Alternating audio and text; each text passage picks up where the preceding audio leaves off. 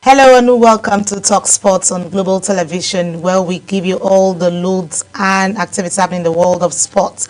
I am Anita Patrick, and today I have an interesting conversation surrounding how talent discovery can improve our sports, and looking at how generations can be built, how more talents can be discovered at the grassroots points, and not just sticking to the experts, or if I put it that way, or the professionals alone. There's a whole lot to build around the schools, the communities, the grassroots points. All of this conversation is what we'll be looking at today, and that is one conversation you'd not want to miss out. Like I said, the talent discovery. Welcome to this particular segment. That's how we're starting it today, where we explore the heartbeats of sports developments in our community. I am Anita Patrick. Well, today we'll spotlight talent discovery for grassroots sports development. How do we identify the stars of tomorrow, and what role do coaches, schools, and communities play in shaping raw talents into champions? And we look at the grassroots level, where sports serve as both recreation and a gateway to opportunity across villages, schools, and local clubs. Thousands of young boys and girls display potential every day, yet without proper scouting, structure, support, much of this raw talent goes unnoticed. And joining me now is a coach, and I'll call him a football scout as well, in person of Mike Atta. It's good to have you in the studio. Thank you very much. I'm glad to be here. Okay, well, like I said, there's a whole lot around talent discovery that is like an untapped potential, where let's say right now the sporting administrators, the sport administrators are putting in effort to do that. But you've been a coach over time, and you understand what it means to discover talent. Let's start with, what's your thoughts basically about talent discovery from the grassroots? Well, talent discovery is all about, first of all, setting the template to discover specific gifted talents who can do a particular sport, who can thrive in a particular sport, okay, and see how to nurture them along that path. It also has to do with, first, identifying basic components of the person. We talk about the personality of the person, we talk about the skills that are early noticed, okay, and we talk about how to groom those skills. Then we also venture into the other aspect of looking at the age of the person, how young the person is to make an impact so that they can have a career, a long span of career. Mm-hmm. And then we also look at the possibilities of early exposure. Okay. All that will be built into the fabric of what is called talent identification. Okay, over time, like I said, you've coached and you understand what it means to look for these people. As a coach, the first step in talent discovery is observation. How do you observe these young lads when you see them in the field of play, putting out their best to be identified? Okay, well, we have what is called the trainer's eye. Okay. It's not everyone that can identify a talent. There has to be a trained eye to do that. In football particularly, for example, the trained eye is the trained coach. And to be more precise now, not every trained coach has a trained eye. It's like a gift as well. So there are two variations about it. Those coaches who have the very good eyes to spot individual talents, and these other set of coaches who have very good skills to hone the skills of the players or the talents. So, but in identifying the talents with a trained eye, you're looking at basic things that this personality, I prefer to call them personality now, must have from a very, very good age. Maybe you're looking at players between 14 and 17. Then there are basic things that you should be watching out for. You shouldn't be watching out now for how to kick the ball, because they have gone past that stage. Kicking the ball will come from a lower age, maybe between 6 and 10. The coaches would have been working on how to kick the ball and how to use the various parts of the foot to kick the ball. The inside of the foot, the outside of the foot, even the under of the foot will all play roles. So when you're scouting, you look for basic things that have to be identified with that personality for that particular age you are looking for. Okay, so right now we're not looking at just how fast or how strong this person is, because that's what you just mentioned. It's all about the natural instincts. Because when you look at discovery, like you said, let me call it the eagle eye right now. The eagle eye says beyond the basic things the ordinary eye will see. So let's look at natural instincts. When you find a child or a young lad who has the natural instincts, what next comes to play? Because I feel we should tackle all of this from the grassroots and how the foundation is laid for athletes or footballers, basically. All right. Now I'm going to break that down even more. Now, at the very early age, between 6 and 10, we don't look to train the player to learn anything about professionalism. What we do simply is identify the talents by training. You put them in a group, and then you start the basic football training and all that. As you continue to train them, you will see it's like in a class where you put children in a class and you want to teach them how to read. Some of them will be fast readers, some of them will be moving at a very mid pace, and some, even with so much efforts, will be moving at a very slow pace. So that's one way. Those who are moving at a fast pace are already showing you that they have natural instincts. Then you move to a different level. Maybe you move to under 14 and 17. You begin to look at, now they say everyone can control the ball. That's in quote now. But not everyone can control the ball in certain circumstances. Midfield players are supposed to be very good with controlling the ball, better than any other set of players, because that's where the team is supposed to rely on receiving the ball and moving the ball to the attack. So at that level now, you have to look at those who can really control the ball and hold the ball. So coordination comes to play, self-awareness comes to play, and they understand what these roles should be. Yes, so as the coach is training them, then he will also in the process identify those who have natural instincts to run non-stop. There are some players that are gifted. You ask them to run 15 minutes on the pitch, they keep running non-stop. And there are those who cannot do that for 3 minutes. But all of them can play in the same team. So these are natural instincts that will show themselves up as you are training and honing and taking statistics, keeping an eye on the track record of each of them. You will begin to see that these things manifesting. Those who can use their heads very well, everyone can head the ball. But not everyone can head the ball as player C. So these are specific ways that you can identify. So how do you help them? Let's look at psychology, handling pressure in the field, because I know every young footballer, for instance, who wants to do well in his career path right now, when they see pressure at that point of developing themselves, they tend to fidget a bit. As a coach, how do you guide them properly to know that they can walk through the phases just like you've seen with the natural instinct? Very interesting question. Pressure handling is something that every coach should take very seriously. Now, pressures can come from two sources. Okay. External sources and internal sources. The internal sources are those that are generated by persons within the sporting terrain, maybe at the club, precisely. Okay. Those external pressures are the ones which come from the real play. When they go into games, okay, when they are surrounded in stadiums, having capacity of 10,000, 20,000 for the first time, they are going to handle such pressure. How do they handle it? Now, what the coach can do is to de-emphasize. Okay. First, de-emphasize winning at all costs. That's one way to develop the players. You can't win every football game. No matter how good you are as a team, you can never win all football games. Somehow, your opponent will look for a way to outmuscle you or to outwit you. Okay. So first, de-emphasize the fact that they have to win all games. You will give them confidence to play. As you continue to give them confidence to play, they'll come out better. Then next, you have to look for a way to correct them with love and passion. Okay. Players need to be corrected every single time because humans are imperfect by nature.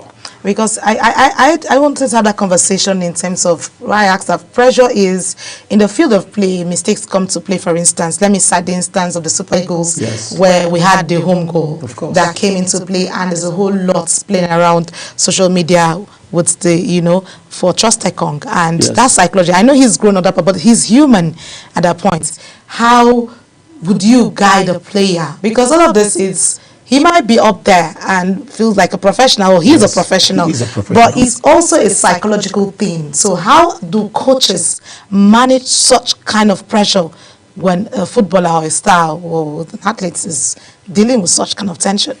Well, at that very high level, the elite level, there is nothing you will not see about pressure. We've seen in World Cup games where own goals are also scored. Exactly. Even at the highest level in the Premier League that we watch, in the Bundesliga, in the Italia, the big 5 leagues in the world, we see own goals almost on a weekly basis. Yeah. Now, one thing is that the art of defending, because own goals will always come from defending. So when the opponent is mounting serious pressure, at that point, the coach has to understand, along with his backroom staff, he has to understand that more conversations, more technical instructions have to be passed along to the team. Okay. Because of the imperfect nature. We must not forget that these people are imperfect, and so they cannot get everything right. If the pressure is allowed to continue to mount on the defense, definitely there will be more mistakes. So technical instructions at that moment, if the pressure lasts for more than 2 minutes, the coach should not be quiet about it. At that point, he should pass technical instructions to the players. Maybe try to tweak something by asking maybe some midfielders to drop in to support on the right if the pressure is coming from the right, because some teams are very good at attacking from the right. Their key players may be on the right, and that pressure will keep mounting on the right. A few times, they might change to the left, but it's tactical. They can come back again to the right. The coach has to understand this with his backroom staff so that they can deal with that. And because I saw even at that point in the play on Tuesday where they played that match, you saw where he kept clapping, trying to encourage himself. He kept giving himself the morale booster for himself to push all of that. For me, I kept saying this is a whole lot of psychology playing for him, telling himself that it doesn't matter the error from my end. This is a win for Nigeria. That's the first point of call for us, and we need to change all of that. But let's look at the early stage of discovering these young lads. I've looked at schools because we have a lot of school games where in school I used to run as an athlete and all that. That was a discovery point for me from my coaches at that point. For you being a coach, how have you been able to move around from the early stages of school competitions, inter-house sports, to see how you can build young people and their capacity to get to the elite class of professionalism? Well, I must say that coaches, especially here in the FCT, are doing a lot. If you go around, you will see lots of academies that are thriving. Before now, we didn't used to have so many academies like that, but now we have a lot. Okay. And that's because many coaches are now seeing that you do not need to dwell only on the professional side. Okay. It's more important to try to develop from the scratch, which you mentioned, the grassroots level, which goes a long way. Even looking back at the history of Nigeria, when we first won the first World Cup, Kodak World Cup in China, Beijing in 1985, you will discover that Nigeria picked all the players from schools in Lagos. Go back again and look at the history of the 5 World Cups that Nigeria have won at the junior level. You will see that that translation metamorphosed. It continued like that. Over time. So it's important for school games to be revived. Our school games here in Nigeria is dwindling. Okay. The emphasis we laid on it in previous times, 20 years back, 15 years back, all that is dwindling. We are not putting enough energy that we ought to put to continue to discover talents from school sports. Okay. School sports remains the most impactful component that we can use to revive sports in Nigeria. But if you look at the recent, I think it was school games that the National Sports Commission generally looked at in Algeria, where Nigerians did very well, and they did very well in Algeria. So that shows that they are also looking at reviving it. Yes, they are, but before now there were a lot of lapses. There was a lot of lapses. So that created some problems for us. Okay. Yes. So let's look at the facilities right now. If you're talking about schools, how many schools have enough of these facilities to ensure that the young people who are interested in sports, because we have a lot of children who want to get into sports. If you ask them, I want to be a footballer today, I want to run like the likes of Amosu, I want to like Esebrume, you know. But do we have a lot of training camps? Let's look, for instance, I have a video of the National Stadium here where it's looking the way it is right now, which is actually in a deplorable state, even though the administrators are saying they are putting a lot to see how the stadiums and all that can be replaced and given the proper facelift it needs. But do we have enough facilities for training camps and scholarship, mentorship to guide the young people from schools? Well, structurally, I think we don't have that right in Nigeria, and it's unfortunate. Structurally, we are supposed to have a system built over time where there will be synergy. Okay. The government will contribute its own quota.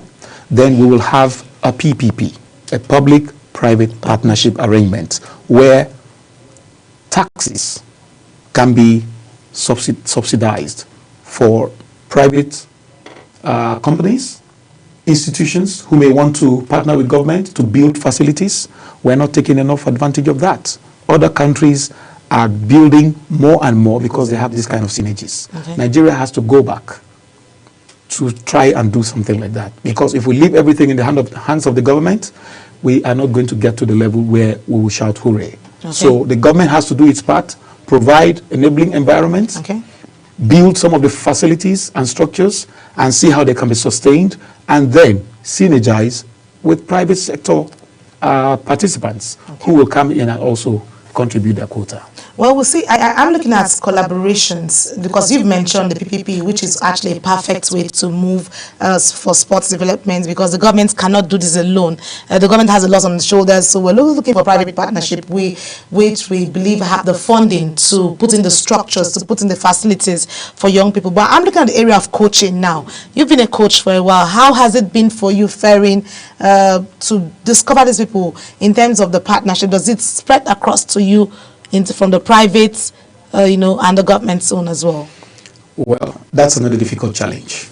And the reason why I use the word difficult before the challenge is because it's becoming even more almost something that is, I don't want to say insurmountable, but many coaches are now struggling to actually keep their clubs going. And that's because there's a lack of facilities. But synergy among coaches has been helping. Okay. For example, I give you a typical example.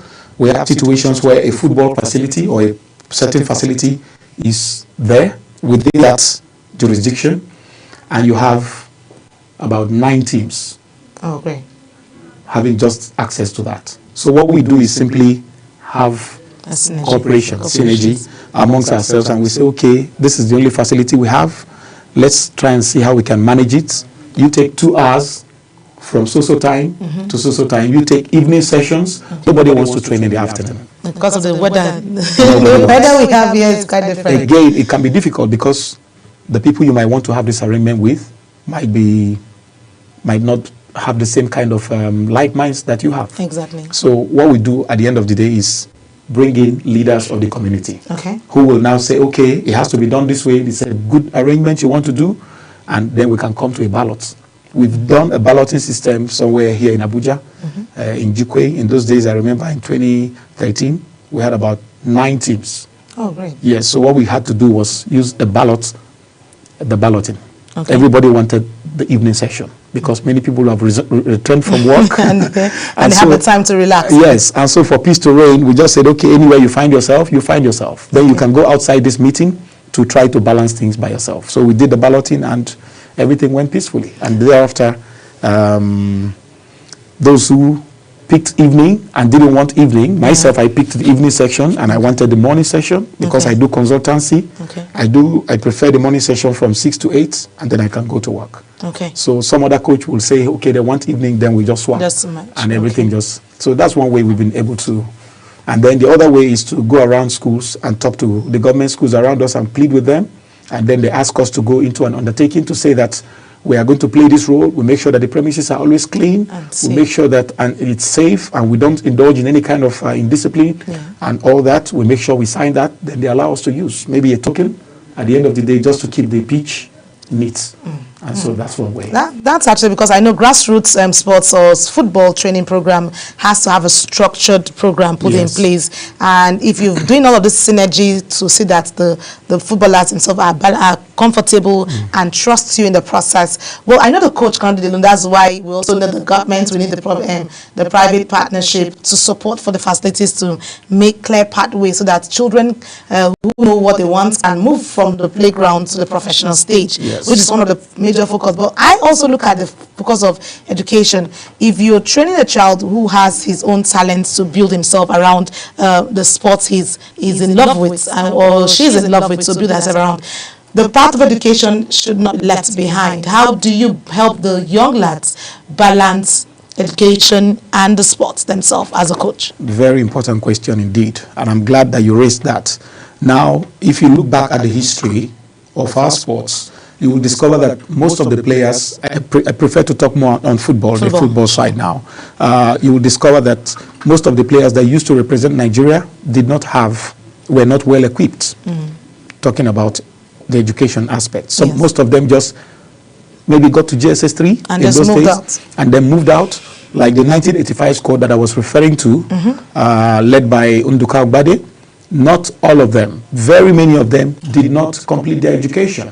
Because as soon as they were spotted in Lagos, across the schools, they were called into camp. And then they put all their energy. Of course, that's what they wanted to do at the time. So they just grabbed it and just went straight with it. Went straight with it, and then they blossomed and played professionally. But now, what is happening is that many parents, and in those days as well, parents did not want their kids to play football. Because I was getting to that point of parenting as well. They were not wanting their children to play. They felt that football was for a waste of time. It was a waste of time. My father particularly did not allow me to continue, even though I was doing well. One of the reasons why I stopped running. So I knew that I was a very good striker in those days. When I was growing my streets, everybody knew me, but my dad did not want me to play. And so I had to concentrate. Now, this time, we have a change because times have evolved. And so what we see now is parents helping to manage it for their children. They want their children to play. That's why you have so many academies now thriving on weekends. Go around the city in Abuja on Saturdays, and you will see that many parents even drive them in their cars to take them there. And then they see how their children will continue with academics at the same time. And then we also have, more importantly to say now, some academies who are now into education plus sports. Yes, and because I'm on national television, it's not right for me to mention one so that it will not look as if I'm advertising for them. You pay for it. So that's how it has been working so far. Okay, well, I give you kudos because I'm very, loved. I'm so much in love with discovery of the young lads and talent because like I said, I did sports in school. I was one of the best when it comes to track event for long distance. You know, but I remember my mom kept saying to me she didn't give birth to a boy or a girl. I should focus on education. But when I look back at it today, I'm like, if only I was encouraged at that point. So I love to see how development of young talents can start from the communities, the schools. That's why I give you kudos as coaches who see the natural instincts and build capacity from it. So now let's look at Nigeria and the focus. While we try to wrap this up, let's look at the focus for Nigerians. Where can we get it right, starting from the FCT here because you're here in the FCT and you've been coaching for a while, and let's look at how they can build on this raw talent. And because of course we don't have the issue with the parents in these days.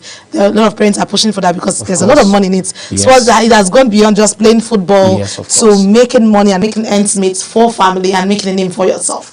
So how do we look at proper structure? Yes, you've mentioned private partnership, you've mentioned facilities put in place, but from your perspective as a coach, what still say on all of this going forward? Because it's not by chance that one has a talent. It's designed by nature, by God.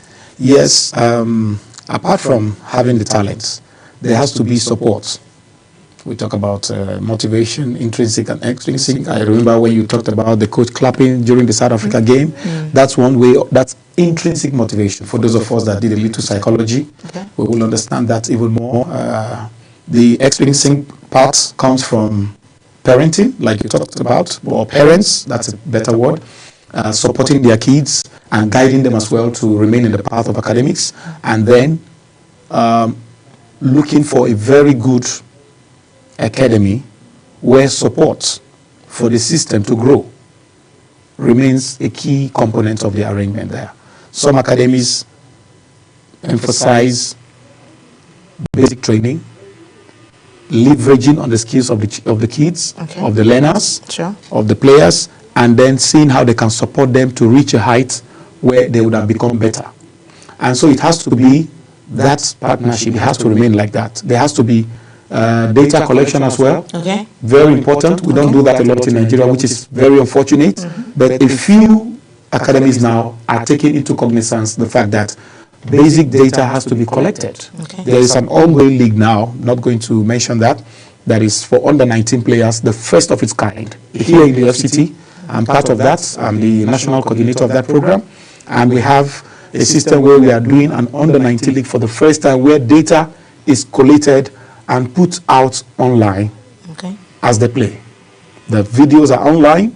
Then we also have the data collected by statisticians and also put online. And it is seen in about 17 countries with about 33 scouts, which is good, across the world. Good exposure. Yes. So I think we should be doing more of that. If we do more of that, players will have the understanding that there's a basic program for them. Those who are not doing well, it will motivate them to try to do more. Not everyone can learn at the same pace. We must underline that not everyone has the capacity to learn at the same pace. However, there should be a program, segmented programs now, maybe into divisions. For those who are fast learners, they should be kept apart. For those who are learning at a very slow pace, they should not be completely thrown out. They should, from time to time, they should be allowed to train with those who are playing at a fast pace so that they can see. Because learning is by seeing. We have what is called rote learning in those days. You want to break firewood, nobody teaches you how to break firewood. All you do is by watching how your dad raises the axe and strikes. So if you play with those who are very fast, you build. And then the coaches, of course, will have to take you out once in a while to show you videos on what you need to do, how you need to play, and then you can learn from that. So it's a whole process that is very wide, but it has to be taken very gradual, especially with the young ones. Thank you so much. Well, it's been an amazing time speaking with you because I see the passion when you speak.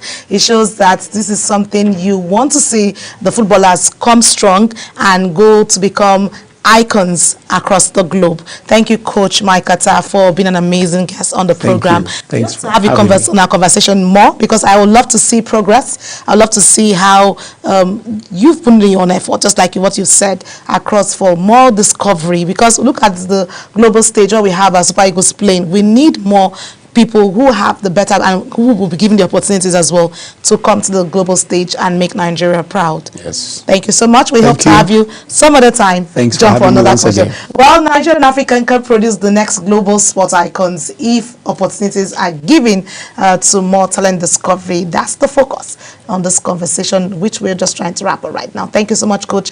We hope to see you next time. Well, my next guest is sitting put, and we'll have all the conversations around still developments. The handball team is out there and they're going to make us proud, and also athletics are also out there also making Nigerians proud at Tokyo. All of this conversation is what we'll be talking about, or discussing rather, in the next segment. Stay with us, don't go anywhere.